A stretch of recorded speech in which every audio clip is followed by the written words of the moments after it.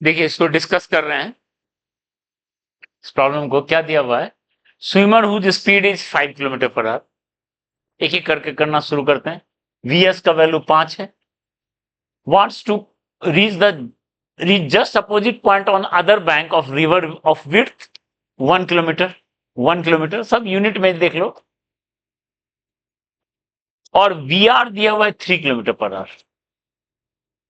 ठीक है, ओके। तो वो क्या है? V S 5, V R 3। आप मान लो ये एंगल था बीटा, उल्टा के साथ। ठीक है, 5 कॉस बीटा को कौन सेटिस्फाई करेगा? 3। ये हो गया 5 कॉस बीटा, यही है। और इधर क्या हो गया? 5 साइन बीटा। तो 5 कॉस बीटा किधर से कैंसिल होगा? 3 से, तब ना नेट उधर जाएगा।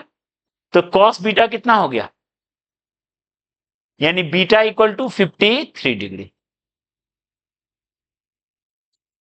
53 डिग्री पे ये बता चुके हैं 3/5 का वैल्यू 53 डिग्री होता है।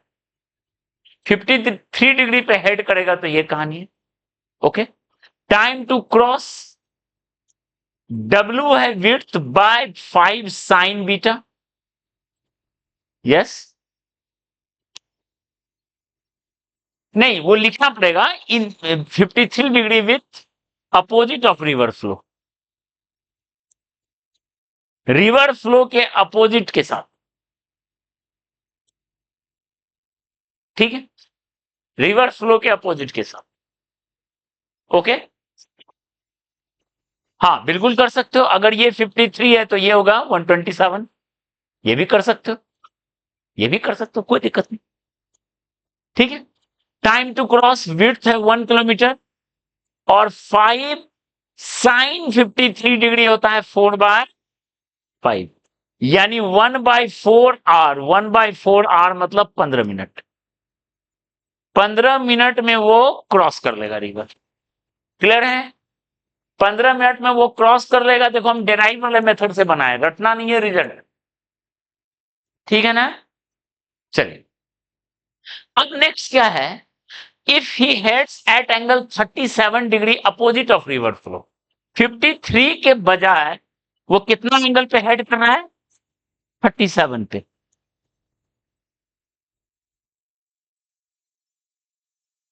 ये है 3। ओके, तो पूछा है ड्रिफ्ट कितना होगा।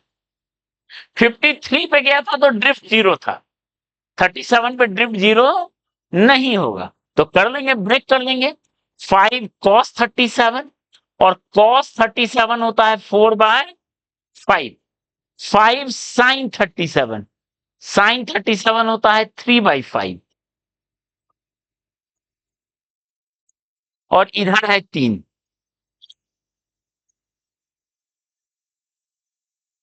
तो इधर हो गया 4, इधर हो गया 3।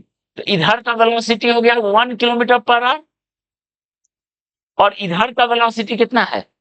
3 किलोमीटर पर आवर। ठीक है, और रिवर फ्लो हो रहा था ऐसा।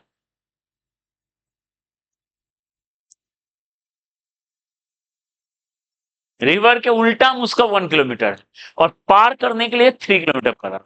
तो बताओ यहां से टाइम टू क्रॉस पहले निकालने कितना होगा? 1/3 आवर होगा। ओके, और ड्रिफ्ट कितना होगा? 1 kilometre per our into 1/3 our. यही होगा ना? Speed into time. क्लियर है? क्लियर है? हाँ, टाइम तो ये हो गया पार करने के लिए। किसका है? 5 का कंपोनेंट हमने लिया ना। 5 का एक ये और एक ये, तो पार करने के लिए यही रेस्पॉन्सिबल है। पार करने के लिए ये रेस्पॉन्सिबल है, ड्रिफ्ट के लिए ये रेस्पॉन्सिबल है, पार के लिए ये रेस्पॉन्सिबल है। तो टाइम टू क्रॉस क्या होगा? विड्थ 1 किलोमीटर है तो 1/3। और ड्रिफ्ट किधर होगा? रिवर के उल्टा डायरेक्शन में ड्रिफ्ट होगा, opposite of river flow. Direction देख लो, रिवर फ्लो के अपोजिट ड्रिफ्ट होगा। क्लियर है? इतना क्लियर है? टाइम टू क्रॉस, हाँ 53 डिग्री। 5 को हमने ब्रेक किया, 5 cos 5 sin, इसको ये कैंसिल करना चाहिए। ये अगर रिजल्ट याद रखना है तो क्या लिखे थे? cos बीटा इक्वल टू क्या होना चाहिए?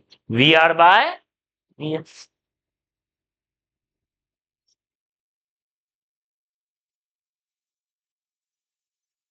ठीक है,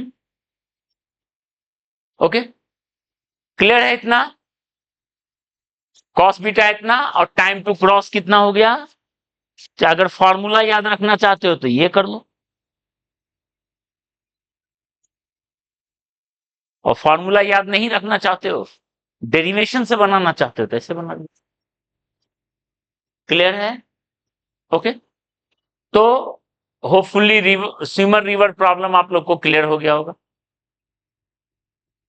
ओके,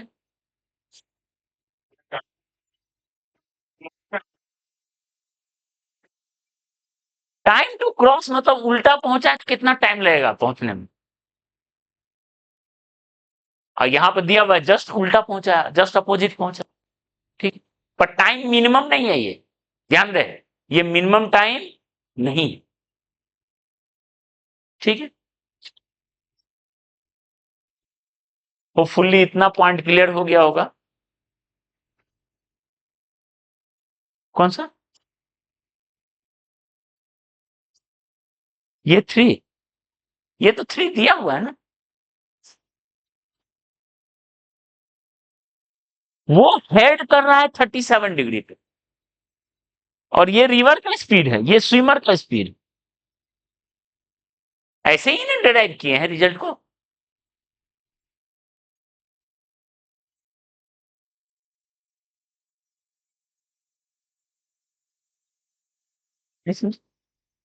ये 5 cos 37 हो गया, cos 37 4/5, ठीक है।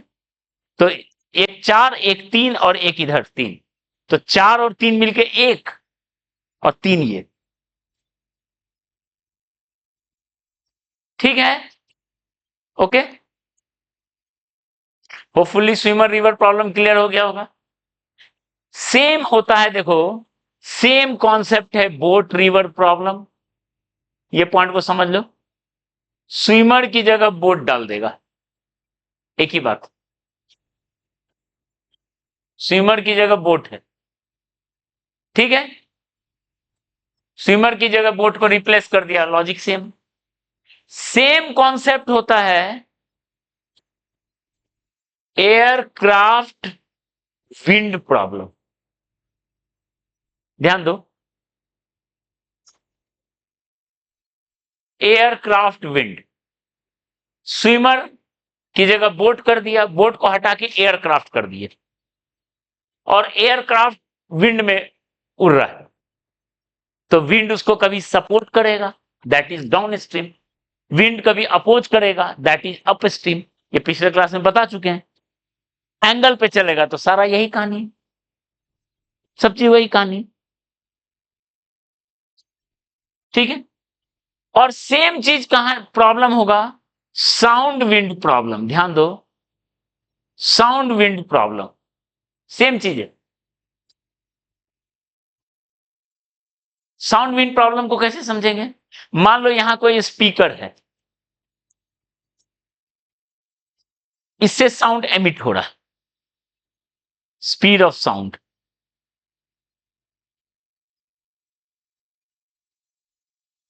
ठीक है। विंड मान लो इधर चल रहा है, पहला केस लिए विंड ऐसे चल रहा है, तो क्या करेगा? वो सपोर्ट करेगा कि अपोज करेगा? सपोर्ट करेगा, ये हो गया डाउन स्ट्रीम। साउंड और ज्यादा स्पीड से रिसीवर के पास आएगा। अगर विंड ऐसे फ्लो ब्लो हो रहा है तो वो हो गया अप स्ट्रीम। साउंड आ रहा है, विंड ऐसे चल रहा है, तो डिटेक्टर के पास कम स्पीड से आएगा साउंड। क्लियर है? क्लियर है? ठीक है। इसमें भी आ जाएगा, देखो मान लो विंड ऐसे चल रहा है, ठीक है, विंड ऐसे चल रहा है और साउंड ऐसे चल रहा है, ठीक है, तो नेट बताओ साउंड कैसा हो जाएगा? नेट दोनों का, दोनों वेक्टर में आ जाएगा, तो नेट जो है साउंड इस तरीके से चलने लगेगा, साउंड का वेव जो है उधर जाने लगेगा, ठीक है। तो सारा चीज वही कहानी है जो स्विमर रिवर का था, ठीक है। स्विमर की जगह बोट कर दिए, बोट की जगह एयरक्राफ्ट कर दिए, रिवर रिवर है तो रिवर है, रिवर की जगह विंड कर दिए, तो सारा कहानी एक टाइप का प्रॉब्लम का हो गया। क्लियर? अब हम लोग दूसरा टाइप में मूव करते हैं, ओके।